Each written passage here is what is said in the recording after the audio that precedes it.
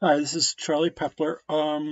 The Ipswich group said there were some students who were interested in vision processing for robotics and specifically related to FRC. So I figured I'd just do a quick video showing what this looks like. I've got a link here. I think it's on the website for Slack that is the first introduction to this program called GRIP, which is used can eventually be used in headless mode on the RoboRio, or it can be linked to a coprocessor on the robot network. So I don't have a RoboRio, so I'm just doing the original research on a laptop using GRIP and a webcam to sort of show the beginnings of how uh, vision processing works. So what I'm going to do is start going through this demo just with some different objects. And this one really kind of walks through the basics of it using an image and all that. So I'm just going to follow through this and show you what it looks like. So I'm going to bring up GRIP here. Where is it? Oh, there it is. This is downloadable, open source. Uh, And so it has this engine here. And the first thing that we're going to do is to add a source of a webcam. And if I did 0, you'd see my face. And no, that's not such a pretty thing. So what we want to do is to show an image source. And I just put a black notebook on my desk here and took a sticky pad and a set of darts I've got that gives a red color, just so I've had a couple objects to mess with and I can be able to walk through the process. So what they're doing is I just added a webcam and enabled the preview, and now I don't need to resize the image because mine is fine.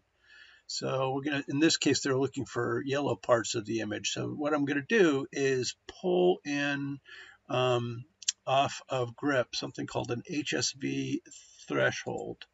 And that is hue, saturation, and value. So I think this is the HSF threshold. And what I'm going to do is link the image to the input of this value, and then I'm going to show that for an output and start looking at messing with these various sliders here. You can see, so pretty quickly you can see objects starting to show up, and it's just pulling frames at a very high rate of speed. So if I start messing with this, 0 saturation, pull a value up, we can pretty easily start seeing some objects here.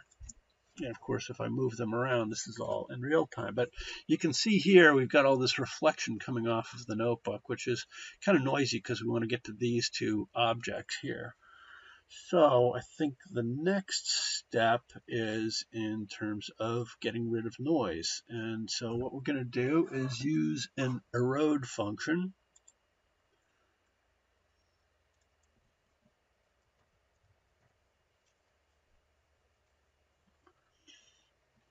So now all we're doing is linking the output of one to the input of the next and then showing it.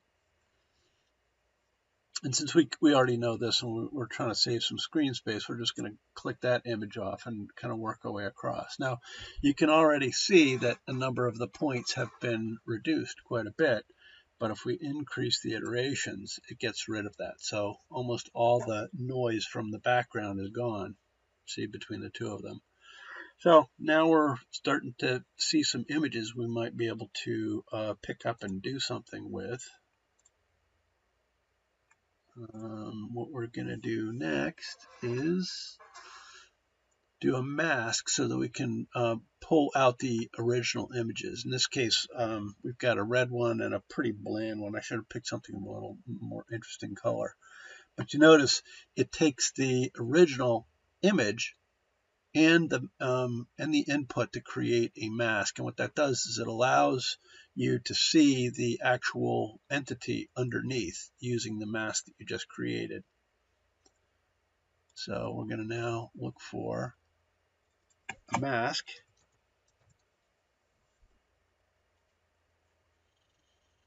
We're going to take our original image, click it to the input, take this output from this entity here. So we get the original one screen we turned off, this one, and now let's show that. So now, oops, sorry, I wanted to do this guy.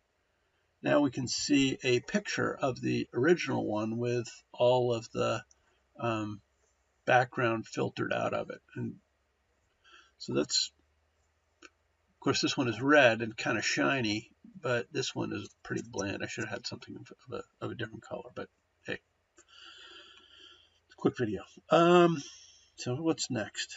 Oh, I think the next thing is, all right, now we want to find the areas, and this is what actually turns this into a mathematical component that can be used by the vision system. And in this case, we're just going to be doing a blob. So all we got to do now is look for blob.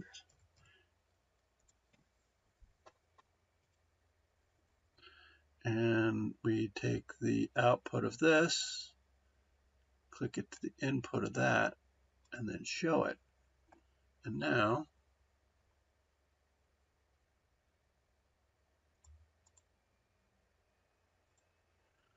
oh look, we can see this guy real easily. Move him around, and oh, it's actually picking up on my fingers here. But what happens if we start increasing the area? Is that right? Oh, there we go. For some reason, and I think it has to do with the shininess here on the thing that it's not picking up on. So it's finding some objects here.